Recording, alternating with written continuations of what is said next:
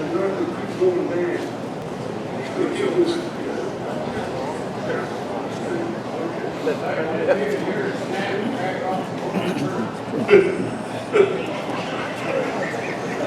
sorry you people went back. I apologize for these people.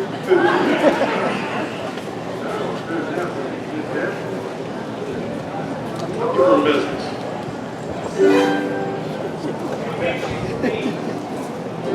Well, let me do this other one first. You had one.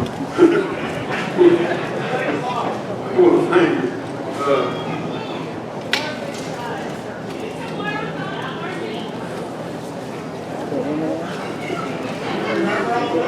Okay. But right now in a minute. We did have a couple of these requests that people asked for that we didn't do yesterday. So, for people who don't know this kind of historical history, here's what happened. I can't remember how it happened or when it did, but there came a time in the history of New York City that all the money belonged to just a few people. I was opening that for you. And then it was people, and they were, all of them, I guess, supposedly believed in God, because they built these humongous churches in the city of New York, and they had these wonderful horses that they had brought in from Arabia, and they had these beautiful buggies, and they would load them up on Sunday morning, drive their beautiful buggies down to church. And the biggest church of all was where the Vanderbilts, any Astros went to church. And some people that only had a few $100 million went there too. And this is back when a loaf of bread cost 2 cents. And so the church of the Vanderbilts and these folks was a man, what is his name? Reverend Bliss. Yeah, Reverend Bliss. And Reverend Bliss had a big advantage over these modern TV preachers even, because he believed in God. I mean it. And it just became this thing where everybody thought Reverend Bliss himself was a real wealthy man because the people put so much money into the church.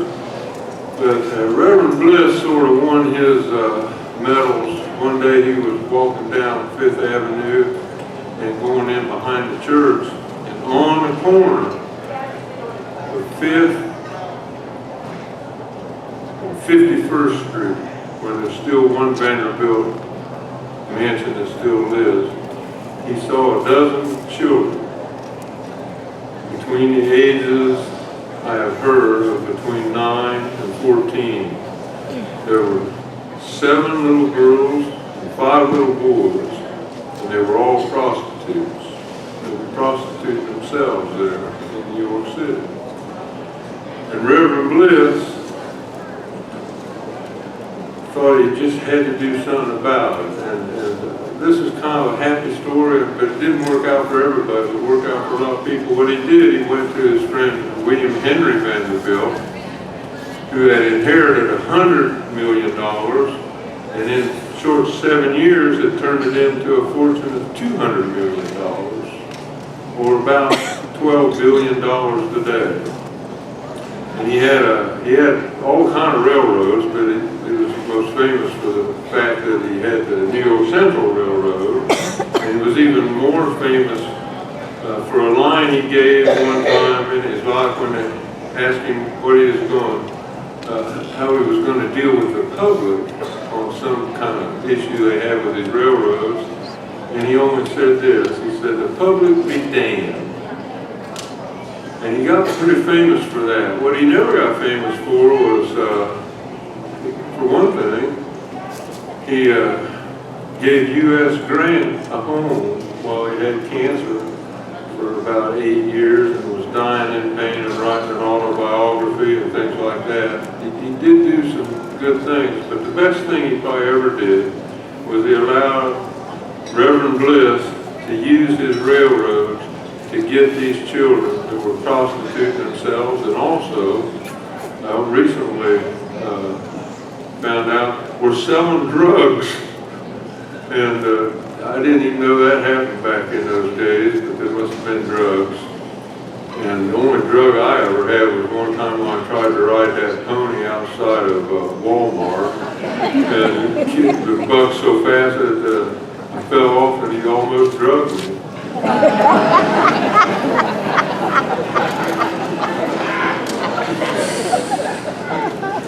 This one for everybody. And so what they did, and a lot of people probably heard of this, it's a very historical thing. They would get the children and they would find them, they were all orphans of course, they had no family, and they put them on a train and they sent them out west. And at that time, out west was Ohio and Indiana, Illinois, a few got across the Mississippi River in boats and things, maybe Kansas. There's stories of people getting as far as what we now kind of call the Midwest. And the children would get off the train and hope to be adopted. And of course they were, because families, all farmlands out there, and they needed help. And to the most part, there were not a lot of sad stories, but there's not a lot of happy ones either. And I've thought about this all my life, really, about, well, what constitutes a happy story for a person that's 12 years old and has already prostituted themselves? Right. And I don't know the answer to that. The only reason I even take this up when we do songs like this is because I think this is serious stuff, and I think we all try to do what we can to make sure it doesn't happen to our families, and a lot of people try to make sure it doesn't happen to other families. But this is a song that, who was that friend that wrote this song? Out in California. Man, I can't think of his name now. Huh? Utah Phillips. Yeah, Utah Phillips wrote this song.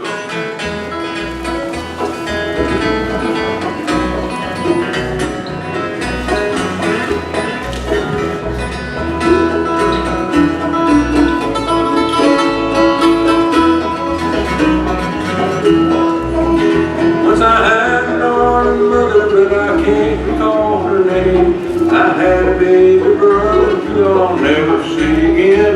For the children's home is sending us out on the orphan train to try and find someone to take us in.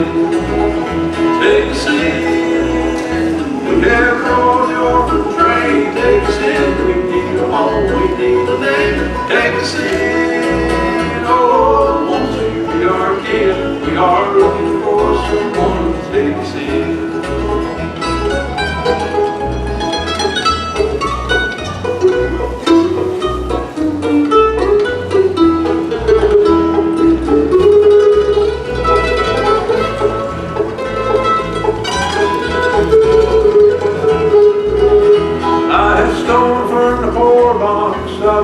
City streets, I swung the bars and booms for a little bite to eat. In my daddy's over jacket, and he's ragging on my feet. I'm just looking for someone to take us in. Take us in. We have no the orphan train. Take us in. We need a home. We need a name. Take us in. Oh, won't you be our king? We are looking for someone to take us in.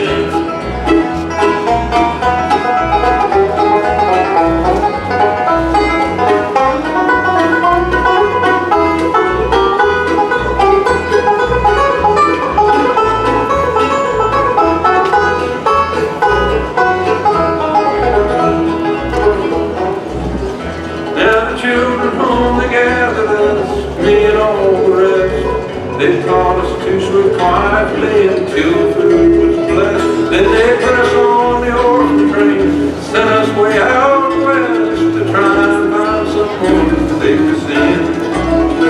Take us in.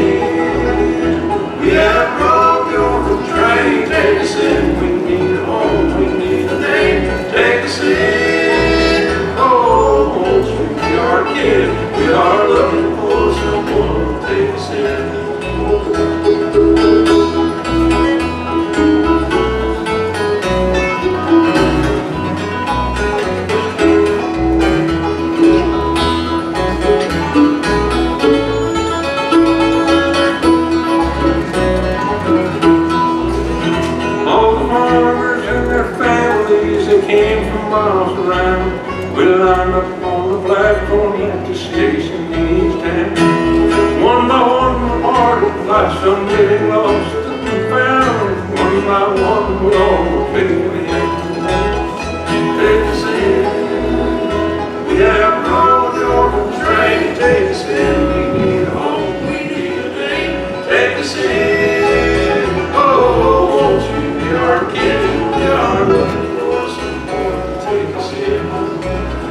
Now there's many a fine doctor or teacher in your school. There's many a good preacher who can teach the blues. Who started out in the morning, sleeping in the breeze and rain, flying out on the Orphan train. Take us in. We have rode the Orphan train. Take us in. We need a home. We need a name. Take us in. Oh, won't you be our kid? We are looking for someone to take us in. Take us in. We have rode the Orphan train. Take us in. We need a home. We need a name. Take us in. Oh, won't you be our kid? We are looking for someone to take us in.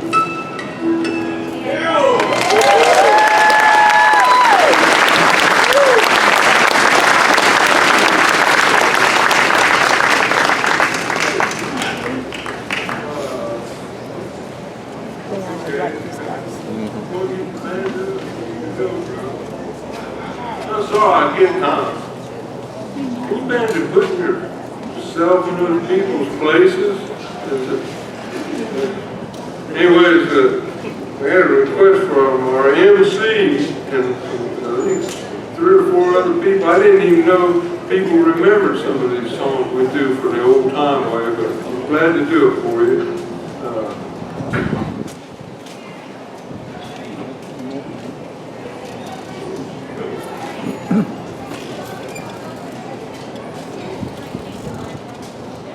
Well, you can tell this is an old time number because it's from the Carter family.